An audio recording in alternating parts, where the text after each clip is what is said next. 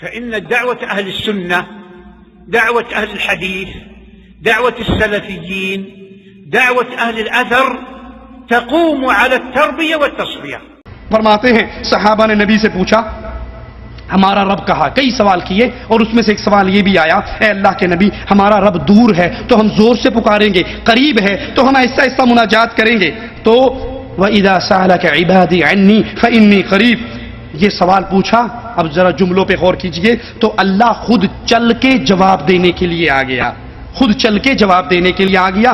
یہ ایسے ہی ہے، مثال دیتے ہیں مولانا طارق جمیل، کہتے ہیں یہ ایسے ہی ہے جیسے کوئی بچہ پوچھے کہ مولوی طارق جمیل کہاں ہے. مجمع کو مخاطب کر کے مثال دیتے ہیں، تم میں سے یہ بچہ پوچھے اس نصیر سے کہ مولوی طارق جمیل کہاں ہے، تو یہ کہے کہ وہ طارق جمیل بیٹھا ہے. لیکن اس کے کہنے سے پہلے اگر میں خود سن لوں کہ بچے نے پوچھا ہے طارق جمیل کہاں ہے، تو میں اٹھ کے چل کے اس کے پاس آ کر کہوں کہ بیٹا میں مولوی طارق جمیل ہوں، پوچھ کیا بات ہے. تو کہا بالکل ایسے ہی ہوا جب اللہ کے نبی کے ساتھیوں نے پوچھا اللہ کہاں ہے، تو فوراً گویا اللہ کو یہ سوال اتنا پسند آیا کہ اللہ خود اس مجلس میں اتر آیا، مدینے کی مسجد میں اتر آیا اور حضور کے جواب دینے سے پہلے بولا آپ نہ بولیے، چپ کیجئے. اور اپنے بندوں کو کہا میرے بندو میں تمہارے پاس ہی بیٹھا ہوں، فإنی قریب، قل نہیں ہے درمیان میں، خود آ گیا جواب دینے. میرے محبوب تو جواب نہ دے، یہ سوال مجھے اتنا پسند آیا ہے کہ اس کا جواب دینے کے لیے میں خود آ گیا. میں آ کے جواب دیتا ہوں، میں خود آتا ہوں. میرے بندوں میں آ گیا، دیکھو میں آ گیا، میں تمہارے سامنے کھڑا ہوں، بلاؤ مجھے بلاؤ.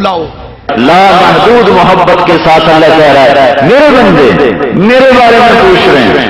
وَإِذَا سَأَلَكَ عِبَادِي عَنِّي، یہ میرے بندے میرے بارے میں پوچھ رہے ہیں. اب اگلا قصہ یوں تھا کہ اللہ کہتے قُلْ هُوَ قَرِيبٌ، تو اللہ پاک نے یوں کیا کہ خود چل کے جواب دینے آ گیا، خود چل کے جواب دینے آ گیا.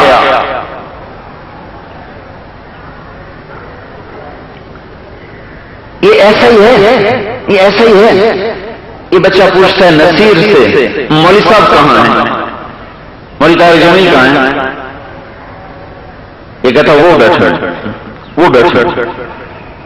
اور میں نے سنا کہ اس نے میرے بارے میں پوچھا کہ طارق جمیل کہاں ہے، تو قبل اس سے کہ نصیر جواب دے میں خود اس کے قریب آ کر کہتا ہوں میں موجود ہوں، میں حاضر ہوں. اللہ کو یہ سوال اتنا پسند آیا کہ اللہ گویا خود اس مجلس میں اتر آیا، مدینے کی مسجد میں اتر آیا اور حضور کو جواب دینے سے پہلے کہا میرے بندو تمہارے پاس ہی بیٹھا ہوں، فإنی قریب وَإِذَا سَأَلَكَ عِبَادِي عَنِّي فإنی قریب. کھل نہیں ہے درمیان میں، خود آ گیا جواب دینے. میرے محبوب کیوں نہ جواب دے. یہ سوال مجھے اتنا پسند آیا ہے کہ اس کا جواب مجھے خود دینے دے، میں آ کے جواب دیتا ہوں، میں خود آتا ہوں. میرے بندوں میں آ گیا، فإنی قریب، دیکھو میں تمہارے سامنے ہوں، بلاؤ بلاؤ اب پکارو، کیونکہ اجیب دعوت الداع اذا دعان، مجھے جب بھی کوئی بلاتا ہے میں فوراً لبیک کہتا ہوں. فلیستجیبوا لی، میرے سوا کسی کو نہ پکارنا، میرے سوا کسی کو نہ بلانا، پھر دیکھنا میں آتا کیسے ہوں. انا للہ و انا الیہ راجعون. حضرت جی ان ساری باتوں کے جواب میں آپ کو قرآن کی ایک آیت سنانا چاہیں. فمن اظلم ممن کذب علی اللہ، اس سے بڑا گمراہ کون ہے جو اللہ پہ بھی جھوٹ باندھنے سے بعد نہیں آتا. یہ ساری باتیں جو آپ نے اللہ کی طرف منسوب کی ہیں اللہ نے کہاں کہی ہیں؟ قرآن میں ہے. قرآن کی کن آیات کا ترجمہ ہے؟ حدیث میں ہے. تو حدیث کون سی حدیث ہے، کون سی کتاب ہے، حدیث نمبر کیا ہے؟ انا للہ و انا الیہ راجعون. پھر آپ نے خالق اور مخلوق میں درمیان تشبیہ دی ہے. یہ خالق اور مخلوق میں تشبیہ دینا جائز؟ لیس کمثلہ شیء، اللہ کی تو کوئی مثال ہی نہیں ہے.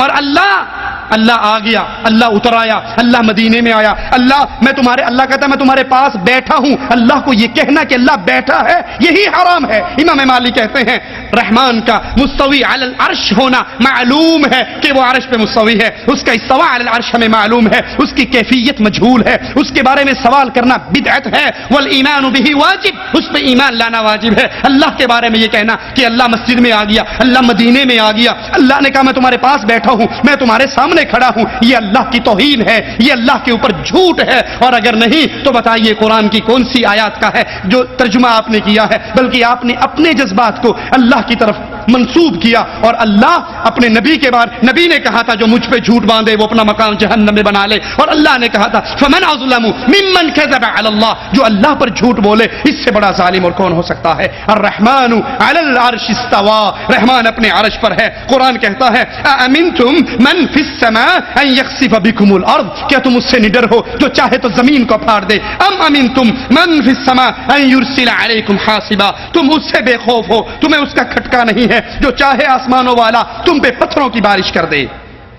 یہ تفسیر حضرت جی جو آپ نے اپنے ساتھیوں کو سنائی، ذرا اللہ کے لیے ہمیں بھی بتا دو یہ تفسیر کس صحابی نے بیان کی ہے، کس مفسر نے بیان کی ہے؟